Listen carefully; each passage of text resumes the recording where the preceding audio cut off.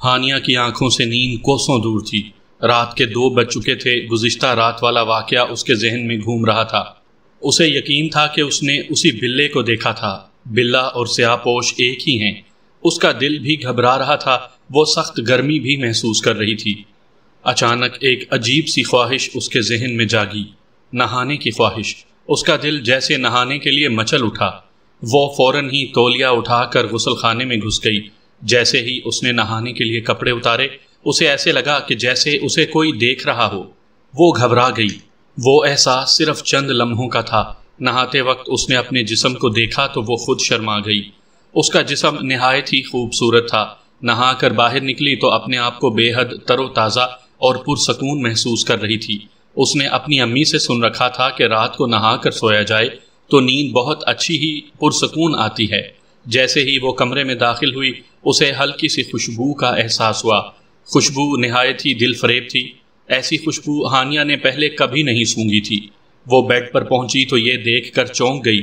اس کے تکیے پر ایک تر و تازہ سرخ گلاب رکھا ہے اور خوشبو اسی گلاب سے آ رہی تھی۔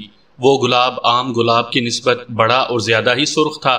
جیسے ہی ہانیہ نے وہ گلاب اپنی ناک سے لگایا، اس کی خوشبو پورے کمرے میں پھیل گئی اور پھر وہ اس خوشبو کے زیر اثر بے ہوش ہو کر بیڈ پر گر پڑی۔ پورا کمرہ اس خوشبو سے مہک رہا تھا۔ کچھ ہی لمحات گزرے ہوں گے کہ کمرے میں ڈریسنگ کے آئینے میں ایک شبیہ نمودار ہونا شروع ہوئی۔ وہ صورت ایک مرد کی تھی جس نے ایک عربی شہزادوں والا لباس زیب تن کر رکھا تھا۔ اس کا قد کسی بھی طرح سے 7 فٹ سے کم نہیں تھا۔ وہ اچانک آئینے سے باہر نکل آیا۔ اس کے جسم پر جو لباس تھا اس سے وہ کسی بھی طرح شہزادوں سے کم نہیں لگ رہا تھا۔ اس کے پیروں میں سلیم شاہی جوتے تھے۔ وہ آہستہ آہستہ چلتا ہوا ہانیہ کے پاس پہنچ کر رک گیا۔ ہانیہ کو دیکھ کر ایک پل کے لیے مبہوت ہو کر رہ گیا۔ وہ واقعی بہت خوبصورت لگ رہی تھی۔ وہ اجنبی شہزادہ ہانیہ کو یک ٹک دیکھے ہی جا رہا تھا۔ جب کافی دیر گزر گئی تو اس کے سامنے گھٹنوں کے بل بیٹھ گیا اور خود کلامی کرتے ہوئے کہنے لگا، ہانیہ تم بہت خوبصورت ہو۔ خدا کی قسم تم کو چاند بھی دیکھے تو وہ بھی شرما جائے۔ تم بہت معصوم ہو۔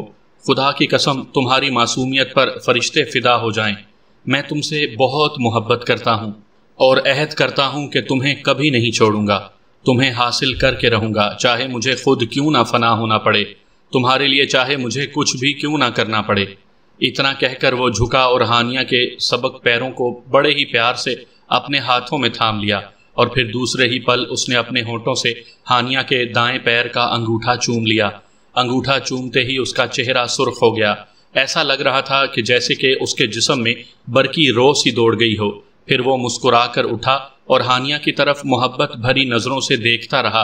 پھر دوسرے ہی پل وہ ایک دھوئیں کا روپ اختیار کر چکا تھا اور وہ دھواں سمٹ کر کھڑکی سے باہر نکل رہا تھا۔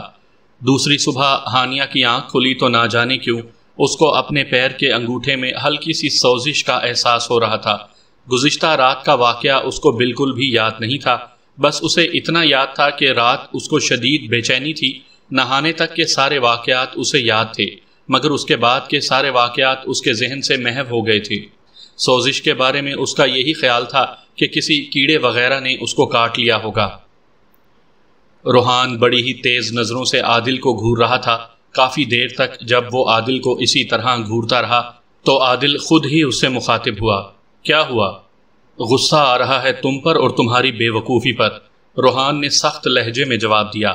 کیا کیا ہے میں نے؟ عادل نے بھی تھوڑا تیز ہو کر کہا۔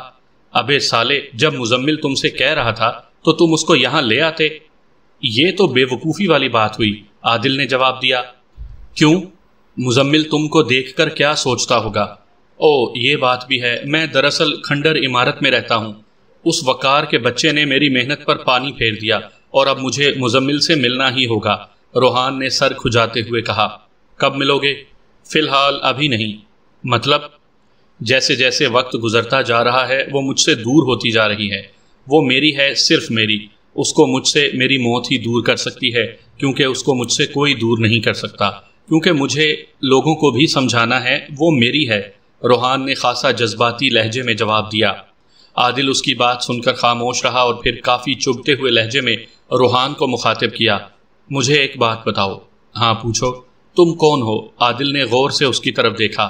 یہ سن کر وہ روحان چونکا اور پھر یک بیک ہنس کر بولا، ارے بھائی تمہاری ہی طرح ہوں، لگتا تو نہیں۔ کیا مطلب؟ ایسا لگتا ہے کہ تم بہت خاص ہو، کچھ الگ ہے جو دوسروں میں نہیں۔ اس کی بات پر وہ مسکرانے لگا، پھر تو اس خاص بات کا پتہ تم خود ہی لگاؤ، جب مل جائے تو مجھے بھی بتا دینا۔ کوشش کرتا ہوں۔ جواب میں روحان کے لبوں پر بڑی ہی گہری مسکراہٹ دوڑ گئی۔ مزمل کافی کوششوں کے باوجود بھی روحان سے نہیں مل پا رہا تھا۔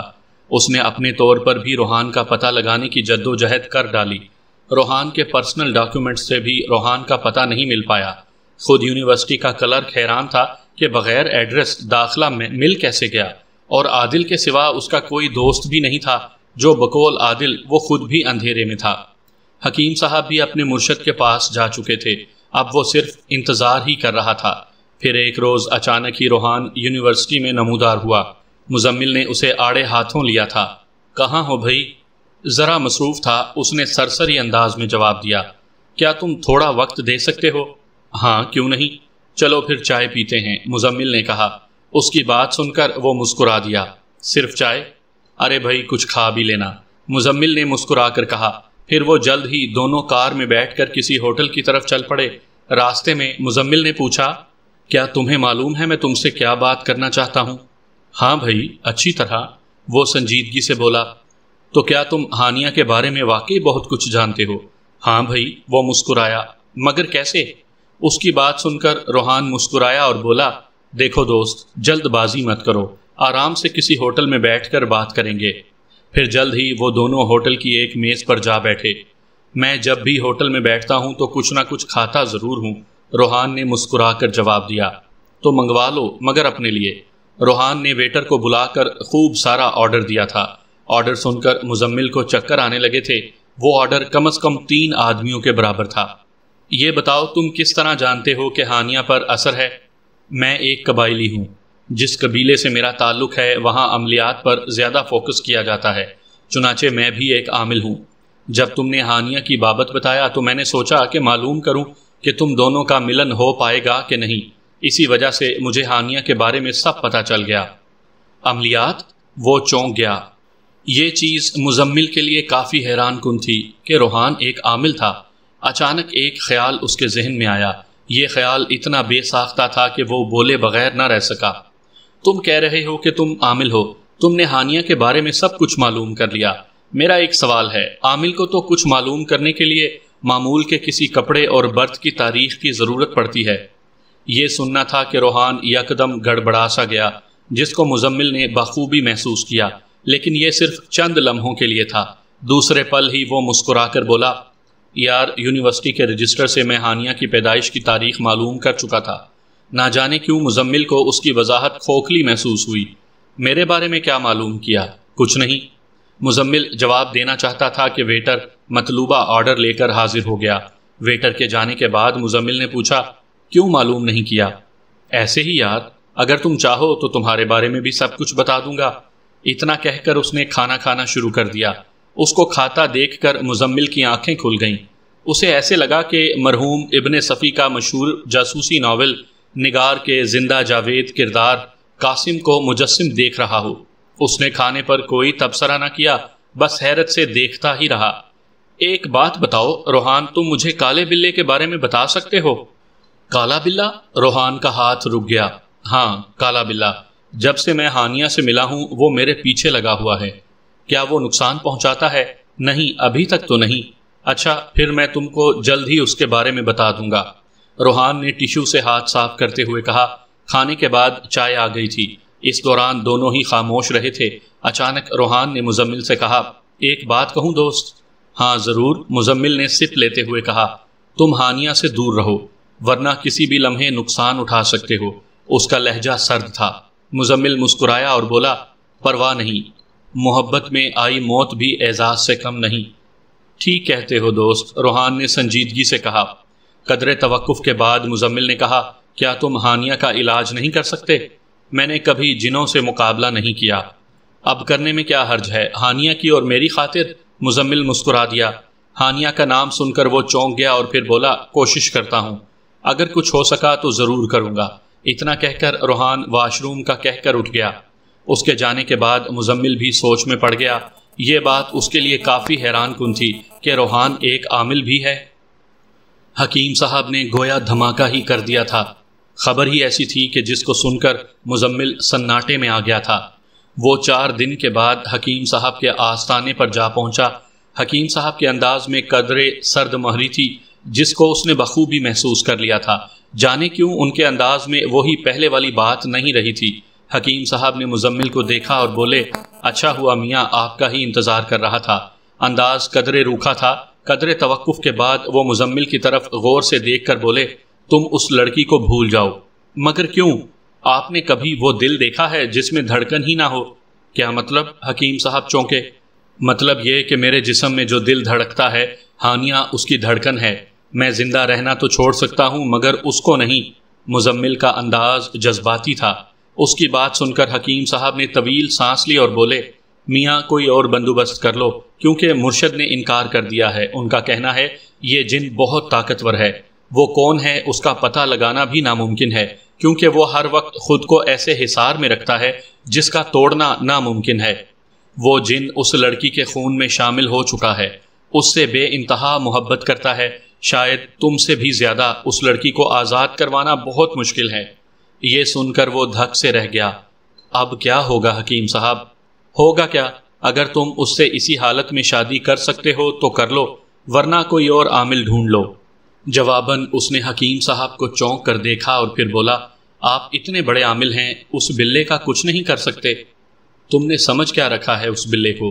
وہ اس جن کا دوسرا روپ ہے، اور نہ جانے اس جن کے کتنے روپ اور ہیں۔ اچانک مزمل چونک پڑا اور بولا، اگر اس نے ہانیہ پر تسلط جمایا ہے اور جب وہ اس بلے کے روپ میں مجھے پریشان کرنے آتا ہوگا تو لازمی ہانیہ کے وجود سے باہر نکلتا ہوگا۔ مزمل نے اپنا ذہن لگایا، کیا اس وقت اس مردود کا آپ کچھ نہیں کر سکتے؟ حکیم صاحب نے فوری کوئی جواب نہیں دیا اور سوچ میں پڑ گئے، اور پھر کچھ دیر کے بعد بولے، تم ابھی تو کسی اور کو ڈھونڈ کر اس سے علاج کروا لو، البتہ مجھ سے رابطے میں رہنا۔ میں شرمندہ ہوں، اگر مرشد کی طرف سے منادی نہ ہوتی تو میں کچھ نہ کچھ کرتا ضرور۔ جی شکریہ، مزمل پھیکی سی مسکراہٹ سے بولا، اگر میرے نصیب میں ہانیہ اسی حال میں ہے تو مجھے منظور ہے۔ اس نے اپنے دل میں فیصلہ کر لیا تھا کہ وہ ہر صورت میں ہانیہ کو اپنائے گا، چاہے اس کو اس کی کوئی بھی قیمت کیوں نہ ادا کرنی پڑے۔ چنانچہ اس نے اپنی والدہ اور ناز کے تھرو پیغام بھجوا دیا تھا کہ وہ اب جلد سے جلد شادی کا خواہاں ہے۔ ہانیہ کے والد نے سوچنے کے لیے کچھ وقت مانگا تھا۔ جبکہ یہ بات ہانیہ نے سنی تھی تو اس کے دل میں خوشی کے شادیانے سے بج اٹھے تھے۔ اس کے والد نے منگنی کی ایک تقریب منعقد کرنے کو کہا، مگر مزمل نے منع کر دیا تھا۔ شادی کی خبریں عادل اور روحان تک بھی پہنچی تھیں۔ عادل بہت پریشان تھا جبکہ روحان نہایت ہی پرسکون تھا۔ وہ دونوں اس وقت ایک ہوٹل میں بیٹھے ہوئے تھے۔ روحان نے خاصا پرتکلف کھانے کا آرڈر کیا تھا۔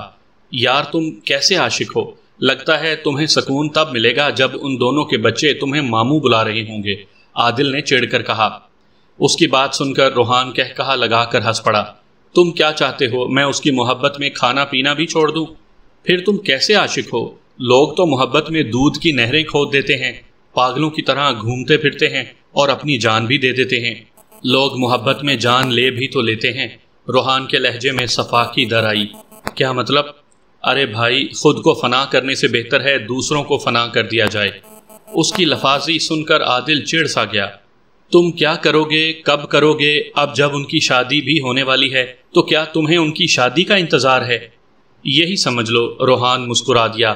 اتنے میں ویٹر کھانا لے آیا تھا اور روحان کھانے میں مصروف ہو گیا۔ وہی انداز، وہی بے فکری۔ عادل حیرت سے اس کی شکل دیکھ رہا تھا کہ نہ جانے یہ کیسا بندہ ہے جو اب بھی بے فکرہ ہے۔ بالآخر مزمل کو منگنی کی چھوٹی سی تقریب کے لیے راضی ہونا ہی پڑا تھا، کیونکہ ہانیہ کی فرمائش تھی کہ منگنی کی رسم ادا ہونی چاہیے۔ مہک گارڈن میں انتظامات کیے گئے تھے۔ ایک کھلا اور کشادہ لان تھا جس کے دونوں اطراف درختوں کے جھنڈ تھے۔ درمیان میں میزیں اور ان کے ارد گرد ترتیب سے کرسیاں رکھی ہوئی تھیں۔ مہمان آ چکے تھے، ایسے میں روحان اور عادل دوسری طرف سے حکیم صاحب بھی لان میں داخل ہوئے تھے۔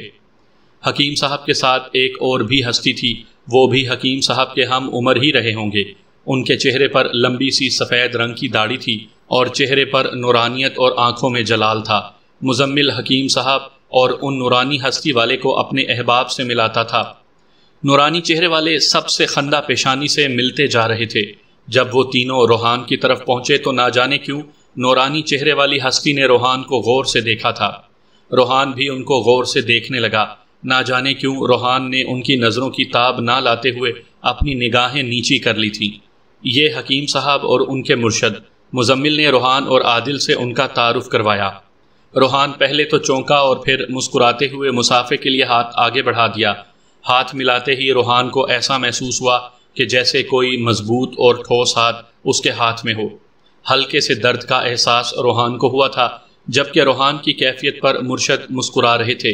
پھر انہوں نے روحان کا ہاتھ چھوڑ دیا۔ روحان نے اپنے ہاتھ کو سہلایا تھا۔ آپ کی تعریف؟ مرشد نے مسکرا کر روحان سے پوچھا۔ جی روحان، دوست ہوں مزمل کا۔ بلایا تو دوستوں کو جاتا ہے میاں، دشمنوں کو نہیں، مرشد مسکرائے۔ روحان چند لمحوں تک مرشد کو دیکھتا رہا اور پھر بولا، کبھی کبھی دوست ہی سب سے بڑے دشمن ہوتے ہیں۔ اس کی بات سن کر مرشد ایک لمحے کے لیے چونکے اور پھر دوسرے پل ان کے لبوں پر وہی مسکراہٹ طاری ہو گئی۔ جواباً روحان کے لبوں پر پر اسرار سی مسکراہٹ دوڑ گئی۔ دوست اور دشمن میں تمیز بہت ہی کم لوگ کر پاتے ہیں، روحان کا جواب تھا۔ روحان کی بات کے جواب میں مرشد مسکرا کر بولے، ایسے لوگ اب بھی موجود ہیں جو دوست اور دشمن کے فرق کو محسوس کریں۔ اب چونکنے کی باری روحان کی تھی۔ دونوں نے ایک دوسرے کو دیکھا اور پھر نظریں چرا لیں۔ تقریب کا آغاز ہو چکا تھا مگر روحان اس تقریب میں نہ رکا اور ہاتھ ملایا اور بولا، چلتا ہوں دوست، ضروری کام ہے۔ ارے میاں اتنی جلدی؟ مرشد بولے، کیا کروں، کام ہے ضروری، ورنہ میں ضرور بیٹھتا۔ اتنا کہہ کر روحان اور عادل وہاں سے چلے گئے۔ دونوں ہال سے باہر نکلے اور کار میں بیٹھ گئے۔ چلو کسی ہوٹل میں چل کر کچھ کھاتے ہیں، روحان نے عادل سے کہا۔ اس کی بات پر عادل اس کو چونک کر دیکھنے لگا۔ ابے کھانا تو حال میں بھی تھا یار، میرا بریانی کھانے کو دل نہیں چاہ رہا تھا، سوچا پایا کھایا جائے۔ اتنا کہہ کر روحان نے کار سٹارٹ کر دی اور عادل حیرت سے اس کا منہ دیکھتا رہ گیا۔ منگنی کی رسم کا آغاز ہو چکا تھا۔ دونوں ہی اس بات سے بے خبر تھے کہ ہال کے باہر ایک گھنے پیڑ کی موٹی سی شاخ پر وہی بلا بیٹھا ہوا تھا۔ اس کی نظریں ہال کی طرف تھیں، اس کی آنکھیں اندھیرے میں چمک رہی تھیں اور بڑے ہی غور سے ہانیہ کو دیکھ رہی تھیں۔ منگنی کی رسم ادا ہو جانے کے بعد پورے ہال میں مبارک سلامت کا شور گونج اٹھا۔ شادی میں 1 ماہ کا وقفہ رکھا گیا تھا۔ بارش بہت تیز تھی۔ کچھ دنوں سے فضا میں حبس اور گھٹن تھی، آج وہ بارش کی صورت میں کھل چکی تھی۔ فہد صاحب گھر پر ہی تھے کیونکہ یہ بارش اس وقت شروع ہوئی جب چاروں طرف اندھیرا پھیل چکا تھا۔ اسی وقت ہانیہ خوش خوش روم میں داخل ہوئی تھی۔ ابو آپ لان میں جائیں، میں پکوڑے بنا کر لاتی ہوں۔ فہد صاحب مسکرائے اور بولے، اس وقت سب سے اچھا خیال یہی ہے، کیوں بیگم؟ آرزو بیگم نے مسکرا کر ان کے جملے کی تائید کی۔ ہانیہ مسکراتی ہوئی کچن میں چلی گئی۔ بارش بہت ہی تیز تھی، یوں لگتا تھا کہ آسمان کے سوتے کھل گئے ہوں۔ ہانیہ پکوڑے تیار کرتی جاتی اور بارش کا نظارہ کرتی جاتی۔ گلی میں پانی جمع ہو چکا تھا۔ اچانک اس کی نظر کھڑکی سے باہر ایک کھمبے پر پڑی۔ کھمبے پر نظر پڑتے ہی وہ بری طرح چونک اٹھی۔ یہ وہی تھا جو کہ کھمبے کے نیچے کھڑا تھا، وہی سیاہ پوش جس نے تیز بارش میں اس کے بالوں میں گلاب لگایا تھا۔ اس کی فلیٹ ہیٹ اور نقاب بری طرح بارش میں بھیگ چکا تھا۔ پانی کے قطرے فلیٹ ہیٹ سے مسلسل گر رہے تھے۔ ہانیہ کو ایسا لگا کہ جیسے وہ اسی کی طرف دیکھ رہا ہو۔ اچانک اس نے جیب سے کچھ نکالا جس کو دیکھ کر ہانیہ چونک اٹھی اور اس نے جھٹ سے کھڑکی بند کر دی۔ وہ ایک لال گلاب تھا جو کہ اس نے نکال کر ہانیہ کی طرف بڑھایا تھا۔ ہانیہ کا دل تیزی تیزی سے دھک دھک کر رہا تھا۔ یہ تو وہی ہے، وہ از خود بڑبڑائی۔ دہشت سے اس کا چہرہ سفید پڑ گیا تھا۔ وہ کافی دیر تک اسی جگہ کھڑی رہی، پھر اس نے تجسس کے پیش نظر کھڑکی کھولی تو وہ اسی جگہ کھڑا تھا۔ گلاب کا پھول اب بھی اس کے ہاتھ میں تھا۔ ہانیہ کے لیے کچن میں رکنا دشوار ہو رہا تھا۔ عین اسی وقت اس کی امی وہاں آ گئیں۔ ارے اتنی دیر لگا دی پکوڑوں میں، اس کی امی نے آتے ہی کہا۔ ہانیہ نے ان کی طرف دیکھا۔ اپنی بیٹی کے چہرے پر سراسیمگی کے آثار دیکھ کر وہ بری طرح سے چونک گئی۔ کیا ہوا ہانیہ، پریشان نظر آ رہی ہو؟ امی، وہ بدبخت پھر سے آ گیا۔ کون بدبخت؟ وہی سیاہ پوش جو بارشوں میں نظر آتا تھا۔ کیا کہہ رہی ہو تم؟ وہی بدبخت پھر سے آ گیا ہے۔ ہانیہ نے سر ہلاتے کھڑکی کھول دی۔ اب وہ اسی جگہ موجود تھا۔ یہ دیکھیں امی، وہ رہا۔ آرزو بیگم جیسے آگے بڑھی اور ہانیہ نے کھمبے کی طرف اشارہ کیا تو وہ خود ہی چونک گئی، وہاں کوئی نہیں تھا۔ یہ دیکھ کر ہانیہ سناٹے میں آ گئی۔ اب کیا ہوگا امی؟ کچھ نہیں، اوپر والے پر بھروسہ رکھو، وہی کوئی نہ کوئی حل نکالے گا، اس کی امی نے اس کو دلاسا دیتے ہوئے کہا۔ تم جاؤ، میں پکوڑے بنا کر لاتی ہوں۔ آرزو بیگم نے ہانیہ کو جانے کا اشارہ کیا۔ ہانیہ کے جاتے ہی آرزو بیگم سوچ میں پڑ گئیں۔ ان کی نظریں کھمبے پر تھیں مگر وہ مردود ان کو کہیں نہیں دکھائی دے رہا تھا۔ اچانک ان کی نظر کھمبے کے ساتھ والی دیوار پر پڑی۔